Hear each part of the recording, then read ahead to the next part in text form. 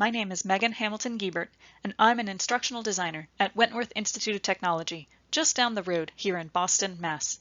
Join me for 15 slides as I attempt to make rubrics the most compelling topic of discussion in the world, because I believe rubrics can do so much more than we currently imagine.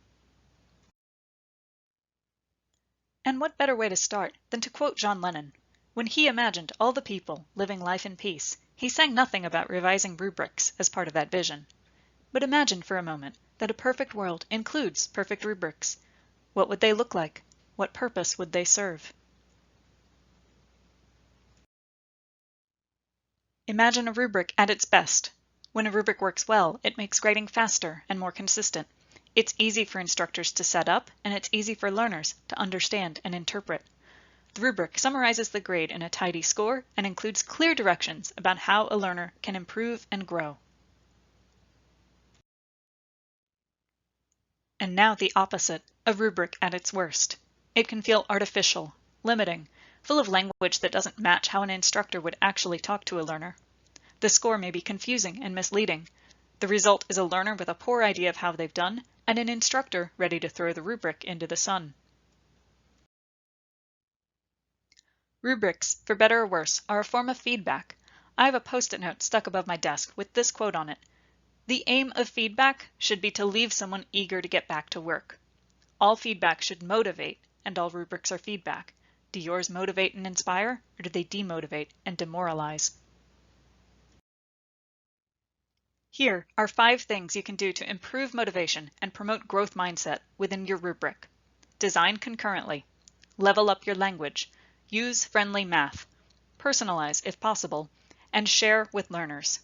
Can you imagine how to apply these to your rubrics? If not, allow me to imagine it for you. Design concurrently refers to developing the activity and the rubric simultaneously.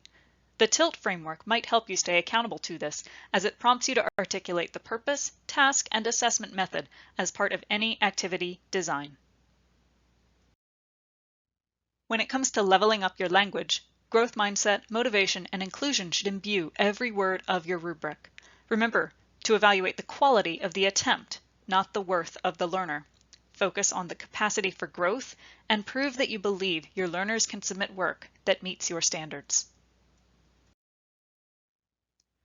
Most of the time, it only takes a small adjustment to the words in the rubric to make it more motivating. Choose your words wisely and avoid phrases that may label your learners or limit their potential on future work. You are here to help your learners succeed, not to categorize and judge. Use math in your rubrics that is familiar and non-threatening, a friendly neighborhood Spider-Man sort of math.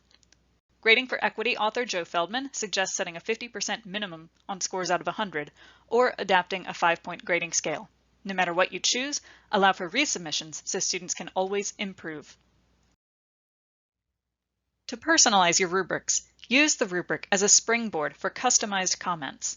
One easy way to personalize: include the learner's name within your comments. From there, make sure your comments are meaningful, containing a mix of substantive, constructive, and specific remarks. Personalizing goes beyond written feedback. When appropriate, use audio and video comments to add authenticity to your remarks. You can also add awards and Easter eggs to make your rubrics more engaging.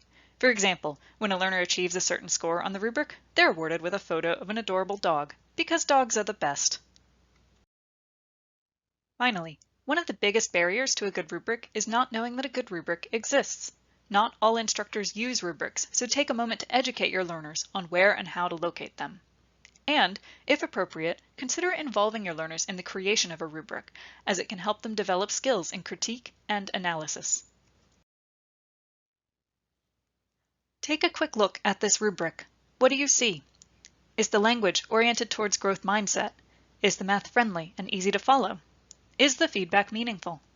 Do you think Lena, the learner who submitted this paper, is eager to get back to work?